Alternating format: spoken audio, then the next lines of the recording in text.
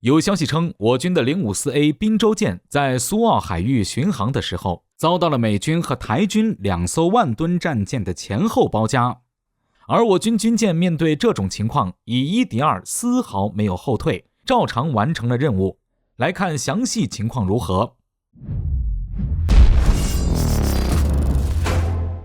各位老铁，大家好，欢迎收看本期迷彩虎，我是虎哥。在新年前夕，美国就针对台岛不断的搞事情，除了传出要访台的传言之外，还多次派军机军舰过来骚扰。因此，我军的对台巡航力度和频率都达到了历史最高。在本月初的时候，我军照常开启了对台巡航，并派出了 054A 护卫舰滨州舰前往台岛周边的苏澳海域展开了例行任务。然而这次我军的滨州舰在执行任务时并不是那么顺利，似乎是想要在月初给我国一个下马威还是怎么，美军派出了自己的万吨战舰提康德罗加级巡洋舰在滨州舰的后方时刻紧跟着。从纸面数据上来看，提康德罗加级巡洋舰吨位和火力上要远胜我军的 054A 滨州舰。作为配备了宙斯盾系统的万吨战舰，它是美军航母战斗打击群以及2栖攻击战斗群的主要战情指挥中心，主要任务是消灭敌方战机的空中威胁和反舰导弹的威胁，从而为航母和2栖突击舰提供保驾护航的功能。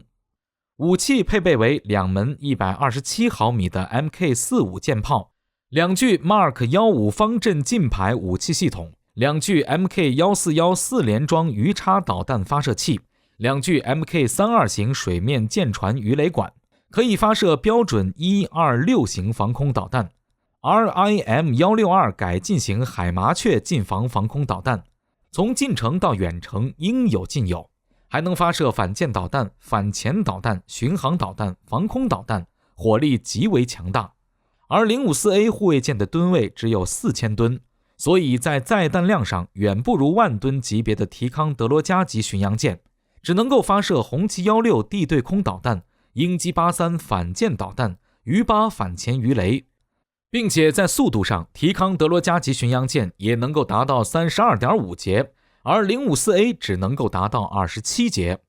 与此同时，台海军也不甘示弱，毕竟前些日子解放军每天对台巡航，战斗机从自己头顶上开过去，可没把自己吓得够呛。台海军看到解放军的 054A 护卫舰和美军的提康德罗加级巡洋舰在一起碰面了，也加入到了这场会面中，派出了自己的济德级驱逐舰，后改名为基隆级驱逐舰，和美军的提康德罗加级巡洋舰一起对解放军的 054A 护卫舰形成了围堵。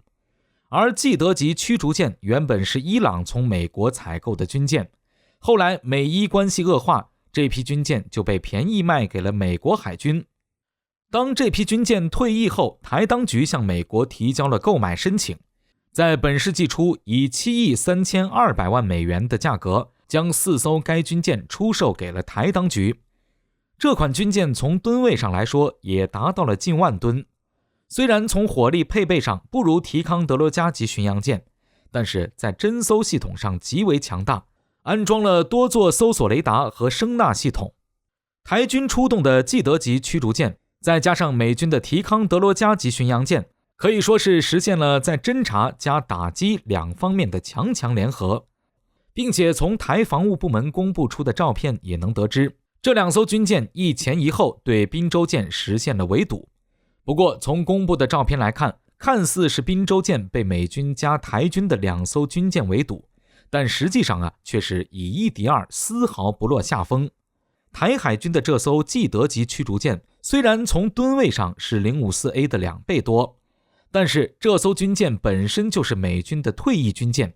购买了之后即便进行了翻新，也有近20年的时间了，已经是老旧到快要报废的程度了。因此对付 054A 只敢跟在美军提康德罗加级巡洋的后面看着。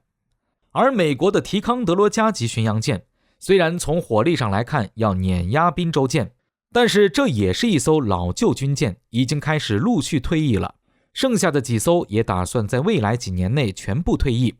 所以这么一艘老爷船也经不起什么大风大浪，和滨州舰一直保持着安全的航行距离。也就是说， 054A 滨州舰的处境其实并不是太过危急。2艘万吨战舰在后方跟踪监视，只是想要展示一下自己的存在感。不然的话，解放军天天自由巡航、对台巡航，美军没点反应的话，岂不是让别人认为自己是怕了？如果说真要围堵的话，为何我军的银川舰现身南太平洋的时候，美军没有一点的反应呢？要知道，在南太平洋可是已经到了国际海域了，应该是军事基地遍布全球的美军主场才对。结果就让银川舰这么一艘军舰成功的万里走单骑，一路畅通无阻的回来了。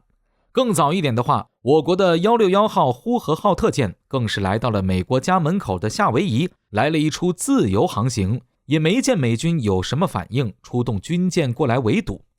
以前到美国家门口巡航了，美国也没什么大动作。现在我军在自己家门口进行巡航了，难道美军就敢有动作了？因此这次的我军战舰与其说是被围堵，倒不如说是我军的威慑太过强大。即便是2艘万吨战舰面对一艘4000吨级的战舰，美军也只能保持安全距离，避免引起某些不必要的误会，擦枪走火。不然的话，谁家包家是一路跟着别人屁股后面走？